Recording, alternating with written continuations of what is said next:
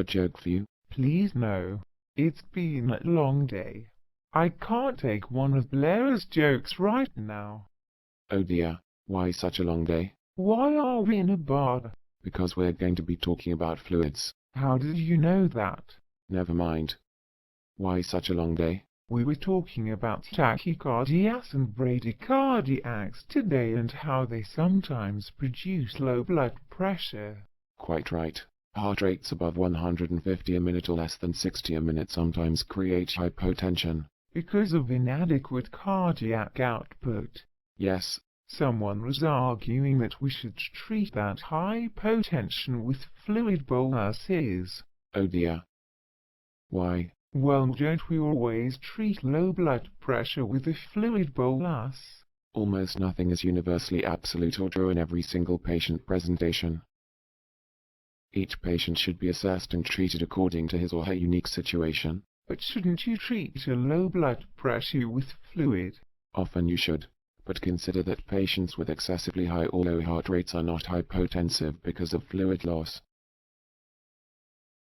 They most likely have a low blood pressure because of decreased cardiac output. The problem is the rate, not fluid, unless there is some other accompanying pathology. So we should attack the rate problem.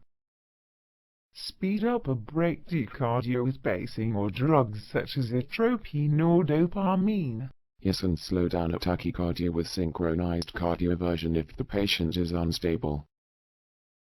Or drugs such as adenosine or diltiazem or metoprolol. If the patient is stable. And fluid isn't beneficial. Usually it is only beneficial if fluid loss is the problem or there is a high space issue. Perhaps because of dehydration or sepsis, for example. Could giving fluid be harmful? Potentially. Some of these patients, particularly those experiencing tachycardia, may be on the verge of developing pulmonary edema. Giving fluid may exacerbate that. And in fact any cardiac patient or patient with renal problems could be easily fluid overloaded if caregivers are not judicious with fluid administration. Now that we're talking about this, I did notice that neither the ACLS tachycardia or bradycardia algorithm have a routine fluid bolus in their treatment recommendations. Right again. Well, that's more clear now. Can I have a beer? First I have a joke for you. All right then.